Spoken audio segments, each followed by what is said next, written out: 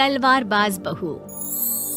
बचपन का शौक समझ निक्की के घर वाले उसका एडमिशन फेंसिंग कोचिंग में करा तो देते हैं, पर कुछ सालों बाद वही शौक जब उसका जुनून और सपना बन जाता है तो सब उसके खिलाफ हो जाते हैं। और लड़की के हाथ में तलवार दो ना, अब मैडम तलवारबाज बनना चाहती है। बच्ची का शौक समझ दाखिला करवा दिया, क्या पता था ये सब देखना पड़ेगा। अरे बहुत हो गई तलवारबाजी, आज से तू सिर्फ रसोई और बेलन देखेगी। पर मम्मी पापा, फेंसिंग भी फुटबॉल और क्रिकेट की तरह एक स्पोर्ट है। थोड़ी और प्रैक्टिस के बाद मुझे स्टेट, फिर नेशनल और फिर इंटरनेशनल खेलने का मौका भी मिल सकता है। निक्की की बात से भड़के हुए घर वाले आगे कुछ सुने या समझे बिना उसके घर में रहने का ऐलान कर देते हैं, जिसके कुछ हफ्तों बाद निक्की की आयुष के साथ शादी हो जाती है। ससुराल पहुंचने के कुछ दिनों बाद बहुत हिम्मत के साथ निक्की फिर वही फरियाद लिए इस बार अपनी सास के पास जाती है। मम्मी जी, क्या मैं कोचिंग दोबारा शुरू कर सकती हूँ? कैसे कोचिंग? तेरे मम्मी पापा ने तो हमें किसी कोचिंग या पढ़ाई के बारे में नहीं बताया। वो पढ़ाई नहीं, फेंसिंग की कोचिंग है। और देख, अपने अंग्रेजी के बड़े बड़े शब्द ना मुझसे ना बोला कर, सीधे सीधे बता कि ये फेंसिंग है क्या। मम्मी पापा के साथ अपने एक्सपीरियंस के बाद निक्की कोई रिस्क ना लेते हुए सास से झूठ बोल मंजूरी ले लेती है और इसी के साथ निक्की के सपनों की दुनिया शुरू हो जाती है, जिसमें अब वो सुबह उठ जल्दी जल्दी घर का सारा काम खत्म करके ज्यादा से ज्यादा समय अपनी फेंसिंग प्रैक्टिस में बिताने लगती है। इसी तरह महीने बीत जाते हैं।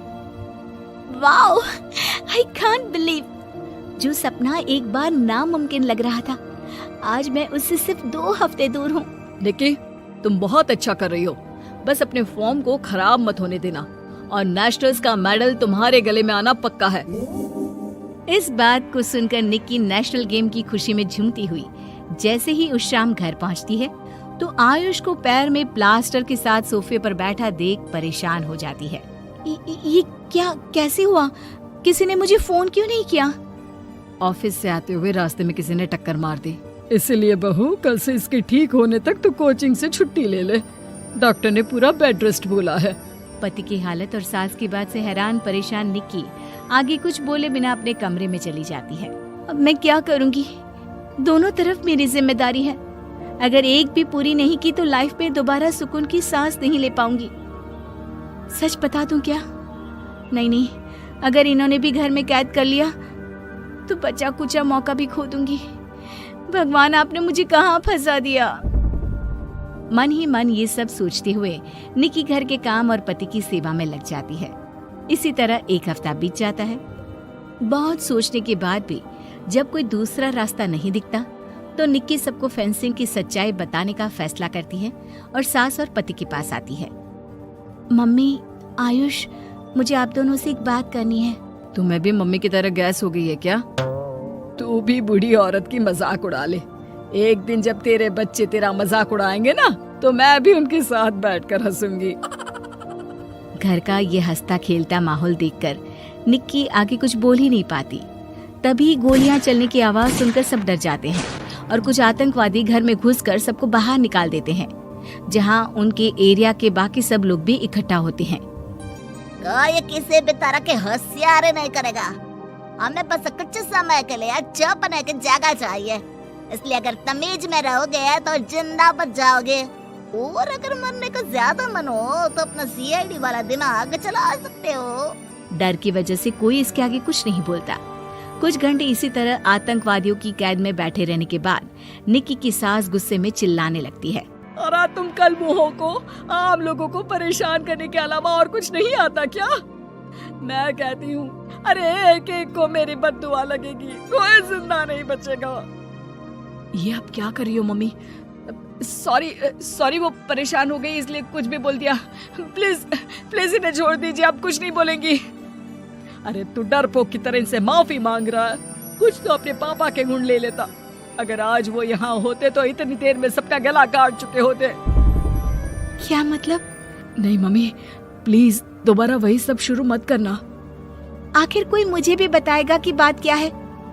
तेरे ससुर जी अपने समय के सबसे बेहतरीन और उम्दा तलवारबाज थे। कोई कितनी भी बड़ी बंदूक या कितने भी ज्यादा हथियारों के साथ उनके सामने क्यों ना आ जाए, सबको एक एक करके चित कर देते थे। वाह, ससुर जी और क्या क्या करते थे? निक्की का इंटरेस्ट देख सास उसे ससुर जी और उनकी तलवारबाजी की कहानियां सुनाने लगती है, जिन्हें बहुत देर तक सुनने के बाद अपने आप को रोक ना पाते हुए निक्की आखिर उनसे तलवार के बारे में पूछ ही लेती है। मम्मी जी, क्या पापा जी की वो तलवार आज भी आपके पास है?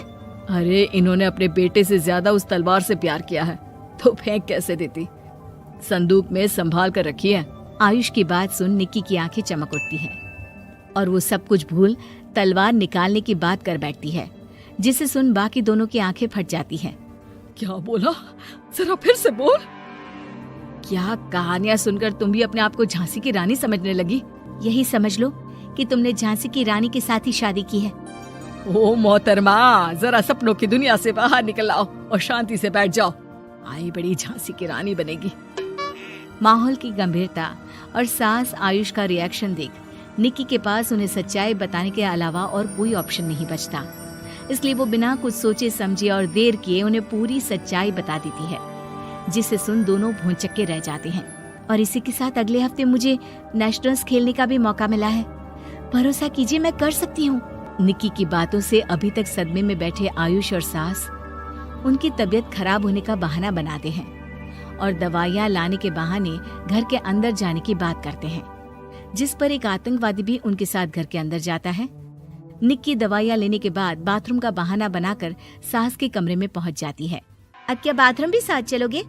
यही कमरे में रुको। 5 मिनट में बाहर नहीं आई तो अंदर आकर सारी गालियां सिर में उतार दूंगा। निक्की बाथरूम के अंदर चली जाती है। अब क्या करूं? तलवार कैसे निकालूं? मुझे किसी भी तरह इससे छुटकारा पाना होगा।